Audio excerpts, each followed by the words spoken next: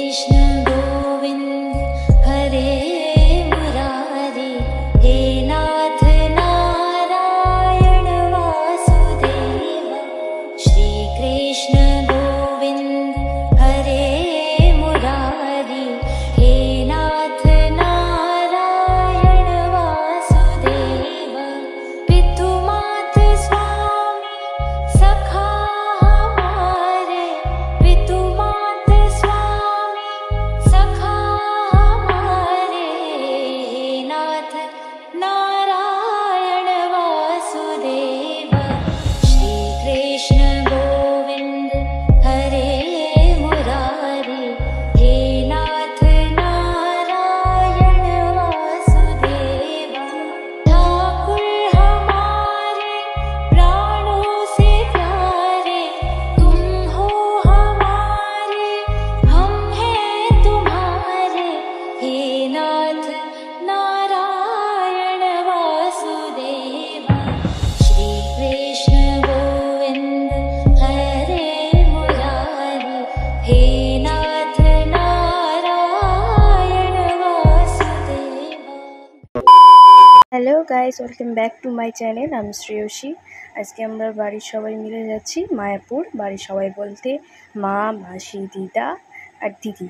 আর তোমরা সকলেই জানো যে আমার কৃষ্ণের প্রতি একটা আলাদাই ভালোবাসা আছে, সেটা মানে প্রকাশ করা যায় না। তো মায়াপুর, বৃন্দাবন এইসব নাম শুনলেই একটা মনের মধ্যে একটা অন্যরকম চলে আসে। জগন্নাথ দেবকে যখন দেখেছিলাম পুরো কেঁদে ফেলেছিলাম আমি। সেটা আমি ভিডিও তো দেখাতে পারিনি, ওখানে ভিডিও করতে অ্যালাউ করে না বলে। এখানেও আমার সেম অবস্থা। আর সব দেবতাকেই মানি, কিন্তু একটা হয় না যে অন্যজন যাকে একটা বেশি ভালো লাগে তার প্রতি একটা অনুভূতি আলাদা, তাকে একটু বেশি মানা হয়। তো আমার সেরকমই শ্রীকৃষ্ণের প্রতি। হরে কৃষ্ণ। বহুদিন ধরেই আমি বাড়ির লোককে বলছিলাম, বিশেষ করে মাকে, যে মায়াপুর যাব মায়াপুর যাব, কিন্তু কোনো না কোনো কারণে সেটা হচ্ছিল না। হয়তো শ্রীকৃষ্ণ চাননি যে এত তাড়াতাড়ি আমি মায়াপুর যাই। কিন্তু হঠাৎ করে যখন একটা প্ল্যানিং হলো যে কালকেই যাব মায়াপুর, কোনো রকম মানে কোনো প্ল্যান ছাড়া হঠাৎ করেই যখন যাওয়া হয় না, তো আমার মনে হয় সেটাই রাইট ডিসিশন হয় সবার পক্ষে। আমরা নবদ্বীপ চলে এসেছি। এখান থেকে এখনও অনেকটাই যেতে হবে, যেহেতু আমরা লঞ্চে যাব না, আমরা ফ্লাইওভার দিয়ে যাব, তো একটু দেরি হবে। হঠাৎ করে নবদ্বীপ ধামটা চোখে পড়লো, যদিও এটা হেজিভাবে এসেছে, হঠাৎ করে এসছে বলে ক্যামেরাটা অন করতে করতেই হেজি হয়ে গেছে। তারপরে আমরা একটু চা খাওয়ার জন্য একটু রাস্তায় দাঁড়িয়েছি। অনেকটা জার্নি হয়ে গেছে, প্রায় 2 ঘন্টা। একটু চা খেয়ে আবার যাব। এই যে আমরা গঙ্গার এপারে আছি, ওই সামনে ব্রিজটা। আর এটা হচ্ছে আমাদের বাদল মামা, সামনে যাচ্ছে চায়ের অর্ডার দিতে। বাড়ির সবাই মিলে যদি কোথাও একটা যাই না, তো খুবই ভালো লাগে। সেটা একটা অন্যরকম লাগে, যেখানে সবাই মিলে মা, মাসি, মা, দিদি, আর এখানে সবাই আমরা মেয়েরাই গেছিলাম। মামা এক্সেপশনাল ছিল, বাদল মামা না থাকলে গাড়িটাকে চালাবে। আমরা তো আর মেয়েরা গাড়ি চালাতে পারি না, তো যত তাড়াতাড়ি শিখে একটা ভিডিও দেব সেটার। এখন আমরা গঙ্গার ওপর দিয়ে যাচ্ছি, ফ্লাইওভার দিয়ে। আর এখানে ক্লিয়ার ভিউ না থাকার জন্য এখান থেকে মায়াপুরের টিওভিপিটা দেখা যায়, বাট ক্লিয়ার ভিউ জন্য দেখা যাচ্ছে না। ওয়েদারটা একটু খারাপ আছে। যদি ওয়েদারটা ভালো থাকতো তাহলে এখানে টিওভিপির পুরো উজ্জ্বলতম একটা রূপ দেখতে পেতাম, যেটা মারাত্মক দেখতে লাগতো এখান থেকে। কিন্তু কপালটা একটু খারাপ মনে হয়, যার জন্য দেখতে পাচ্ছি না। যদি নবদ্বীপ থেকে গঙ্গার পার করতাম লঞ্চে করে, তাহলে খুবই সহজে চলে যেতাম, কিন্তু আমরা গাড়িতে যাচ্ছি ফ্লাইওভার দিয়ে, তো একটু ঘুরে যেতে হচ্ছে। তার জন্য টাইমটাও অনেকটাই লাগছে, প্রায় 1 ঘন্টা এক্সট্রা লেগে গেছে আমাদের ঘুরে যাওয়ার জন্য। এত দেরি হচ্ছে বলে অধৈর্য হয়ে পড়ে আমি বসেছি সামনে, আমার পাশেই ছিল বাদল মামা। তো আমি বাদল মামাকে সারা রাস্তাটাই আর কখন পৌঁছবো এই কথা বলছি। বলতে বলতে বললো যে সামনের দিকে তাকা। দেখার পর পুরো চুপ হয়ে গেছি আমি, আমার মুখ থেকে কোনো কথাই বেরোচ্ছিল না। সামনে যে এরকমভাবে একটা দেখতে পাবো, অনেকক্ষণ ধরে মানে অধৈর্য হয়েছিলাম। তার অধৈর্যের পর যখন একটা বলে না, সে একটা মানে ধৈর্য ধরলে একটা ভালো কিছু পাওয়া যায়, তো সেরকম একটা মানে মনে হচ্ছিল ওই টাইমে। টিওভিকে দেখতে দেখতেই আমি এগুচ্ছি, আর কোনো দিকেই দেখাচ্ছি না যে আশেপাশে কিছু আছে নাকি সেটা দেখি, সেটাও না, শুধু ওটাকেই আমি দেখছি। আর আমি ভাবছি যে কত তাড়াতাড়ি আর পৌঁছতে পারবো। গাড়ি পার্কিংয়ে রেখে আমরা এগোচ্ছি মন্দিরের দিকে। আমি, মা, দিদা এদিকে আছে। দিদি বলছে আমাকে নি, আমাকে বাদ দিয়ে দিলি, এই যে দিদিকে আর মাসি একটু এগিয়ে এগিয়ে যাচ্ছে। বাদল মামা এগিয়ে গেছে আমাদের মহাপ্রসাদের কুপনগুলো কাটতে। আমরা খাবো গদা ভবনে, তো ওটা একটু বেশি দূরে, তো সেই জন্য গেছে। আর দিদি এদিকে তার নিজের ভিডিও করছে। মা আর দিদির এটা সেকেন্ড টাইম মায়াপুরে আসা, আমার মাসির আর দিদার হচ্ছে এটা ফার্স্ট টাইম। তো আমরা ঠিক করে বুঝতে পারছি না কোনটা সামনের গেট, তো এরকম এদিক ওদিক দেখতে দেখতে যাচ্ছি যে কোথায় দিয়ে যাওয়া যায়। অপেক্ষার অবসান, অবশেষে আমরা মন্দিরের সামনে চলে এসেছি। এবার মন্দিরে প্রবেশ করব। এখানে আমাকে আর দিদিকে চন্দনের টিকা দিয়ে দিল। তো যারা টিকা দিল তাদেরকে তো কিছু একটা দিতে হবে, শুধু শুধু তো টিকা নেওয়া যায় না। ভগবানের নাম করে আমরা দিয়ে দিলাম। তো ঢোকার সময় আমাকে বললো ভিডিও করছেন তো ক্যামেরাটা অফ করুন। আর এটা হচ্ছে মায়াপুরের অখণ্ড হরিনাম সংকীর্তন, এখানে সবসময় কীর্তন হতে থাকে। টিওভি এখনও খোলেনি, যদি চান এখান থেকেও কুপন কাটতে পারেন। সকাল 9টা থেকে এটা খুলে যায়। আর যদি এখানে কুপন না পান তখন যে ভবনে আপনি খাবেন সেই ভবনে গিয়ে টিকিটটা কাটতে হবে। আর আমরা যাচ্ছি সেই ভবনই যেখানে আমরা মহাপ্রসাদটি পাবো। বাকিরা তাড়াহুড়ো করে গেলেও আমি আর দিদি একটু আস্তে আস্তেই যাচ্ছি। আমরা গদা ভবনের দিকে এগিয়ে যাচ্ছি। কোথাও হারিয়ে গেলে এই যে টার্নিং পয়েন্ট যেখানে যেখানে আছে সেখানে পাওয়া আছে কোন দিকে গেলে কি পাওয়া যাবে। আর আমরা আস্তে আস্তে দেখছি বাদল মামার কুপনগুলো কাটা হয়ে গেছে মহাপ্রসাদের। এবার বাদল মামা এসে এই যে হাই করতে বললাম, তো হাই করছে, হাই করে চলে যাচ্ছে। বাদল মামা এখন টিকিটগুলো দিয়ে দিচ্ছে সবাইকে, কুপনগুলো। আর এটা গদা ভবন, এখানে এসে রিসেপশনে কুপন কাটতে হবে। তারপরে আমরা একটু নিলাম, কারণ অনেকক্ষণ ধরে না খেয়ে আছি সবাই। আর এখানকারই চপ আর ঘুগনি নিয়ে নিয়েছি মুড়ি খাওয়ার জন্য। আর শশাটা বাড়ি থেকে নিয়ে এসেছিলাম। এখানে সমস্ত খাবারই নিরামিষ, তো যে আমিষ খাবার যে খাচ্ছি তার কোনো সন্দেহ নেই। খাওয়া দাওয়া করে আমরা যে চারিদিকে মন্দিরগুলো আছে সেগুলোর জন্য একটা টোটো বুক করে নিলাম। আর সেই টোটো কাকুই আমাদেরকে সমস্ত মন্দির ঘুরিয়ে দেখাচ্ছে। এখানেও আমি সামনে বসেছি, কারণ আমার একটু সামনে বসতে ভালো লাগে, সব কিছু এক্সপ্লোর করতে করতে যেতে ভালো লাগে। মন্দিরের ভিতরে তো ভিডিও করতে দেবে না, কারণ ভিডিও করা বারণ আছে। তো বাইরে থেকেই মন্দিরের ভিডিওটা দেখে নাও।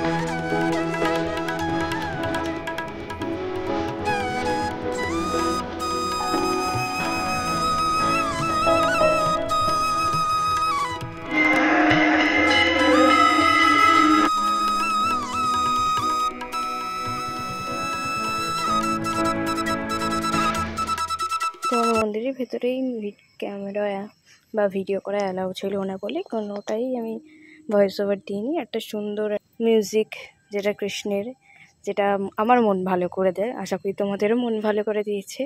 আর এখানে সবাই একটু ফটো তুলছে বাইরের থেকে।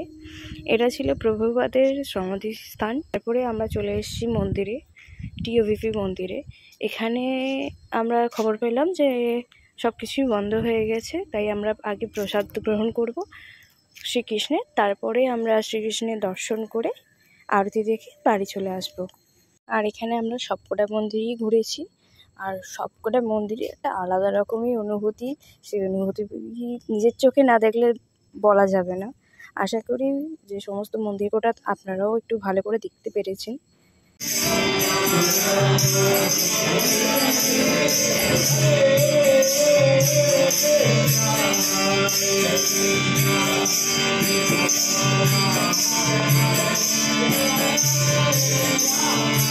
গদা ভবনে আস্তে আস্তে দেখি গীতা ভবনে এরকম বিদেশিদের নাম কীর্তন চলছে। তো ওটা দেখতে খুবই ভালো লাগছিলো এবং শুনতেও খুব ভালো লাগছিলো। তো বসে বসে শুনছিলাম। তারপরে আমরা একটু এদিক ওদিক মন্দিরের চারপাশটা দেখতে লাগলাম। আর এখানে দেখছিলাম আরতি হচ্ছে। ভেতরে তো ক্যামেরা করতে অ্যালাউ করে না, তাই একটু বাইরে থেকে দেখানোর চেষ্টা করছি।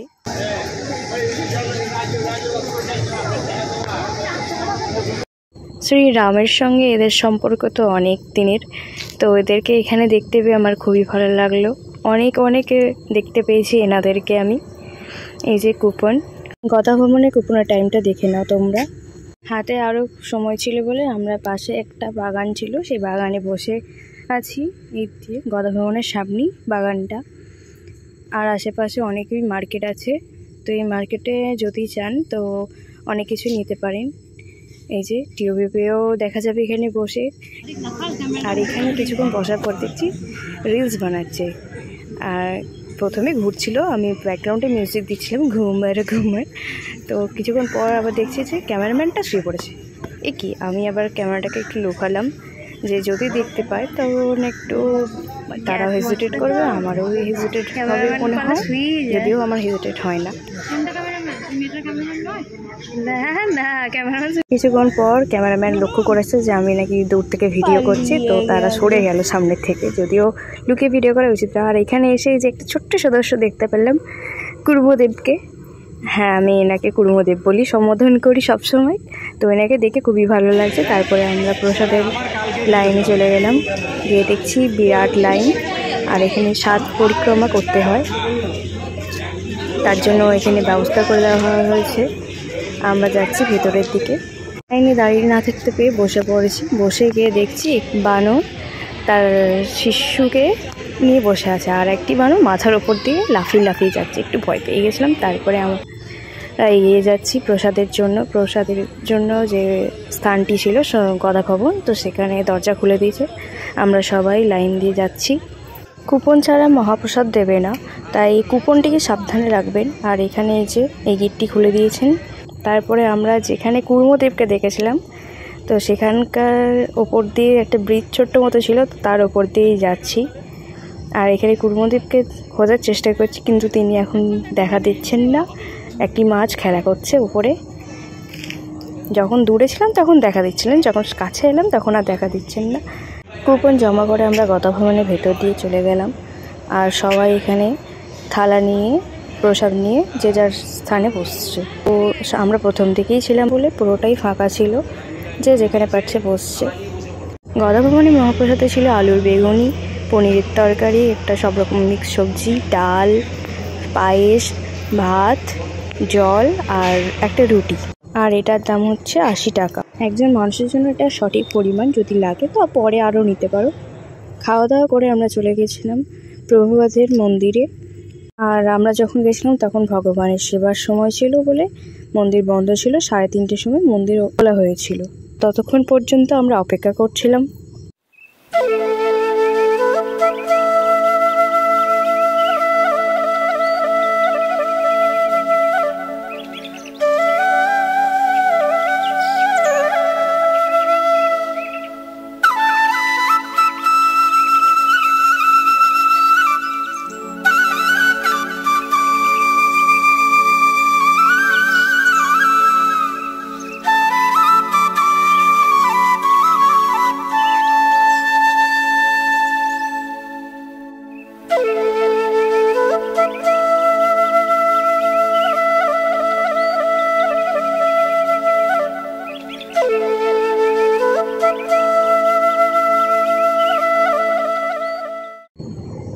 ভগবানের দর্শন করে আরতি দেখে আমরা বাড়ির দিকে রওনা দিচ্ছি। আবারও গঙ্গার ব্রিজে আমরা উঠছি। আর গঙ্গার ব্রিজে ওঠার সামনেই একদিকে চৈতন্যদেব আর একদিকে জগাই মাধায়ের মূর্তি ছিল। মন্দিরের পরিবেশ এত শান্ত এবং স্নিগ্ধ পরিবেশ থাকে বলে ওখান থেকে আসতে ইচ্ছে করে না, কিন্তু সবসময় তো আর সেখানে থাকা যায় না, কি আর করা যাবে। আমাদেরকে চলে আসতে হলো বাড়ির পথে। আর কালকে 15ই আগস্ট, আমরা গেছিলাম 14ই আগস্ট মন্দিরে। 15ই আগস্টের জন্য কিছু কেনাকাটা বাকি ছিল, তো অনেক কিছু কাজকর্ম বাকি ছিল, তো সেই জন্য তাড়াতাড়ি আমাদেরকেও চলে আসতে হয়েছে। আর সব কিছু সঠিক টাইমের মধ্যে দেখতে পেরেছি, এটাই আমাদের কাছে অনেক। বাড়ির সবার সাথে এরকম যদি মাঝে মাঝে ছোট্ট ছোট্ট একটা ঘুরতে যাওয়া হয় তো সেটা খুবই ভালোই লাগে। রাস্তায় একবার দাঁড়িয়েছিলাম 15ই আগস্টের কিছু কেনাকাটার জন্য, ফ্ল্যাগ, ফুল, তো আরও অনেক কিছু। আর বকতে বকতে আমরা চলে এসেছি বাড়ির পথে। আর আস্তে আস্তে দেখছি ওয়েদারটা এত সুন্দর, ঠান্ডা হাওয়া দিচ্ছে। বকতে বকতে চলে এসেছি কৈচুর বাড়ির পথে। আর গাড়ি থেকে নামতে না নামতেই দেখছি কেউ আমাদের জন্য ওয়েট করছে। আর একটু এগিয়ে গিয়ে দেখি জিমি আমার ঘর থেকে জানলা থেকে চেঁচাচ্ছে। তো আজকের ভিডিওটা এই পর্যন্ত। যদি ভালো লেগে থাকে লাইক কমেন্ট শেয়ার করে দিও, আর সাবস্ক্রাইব করতে ভুলো না। বাই।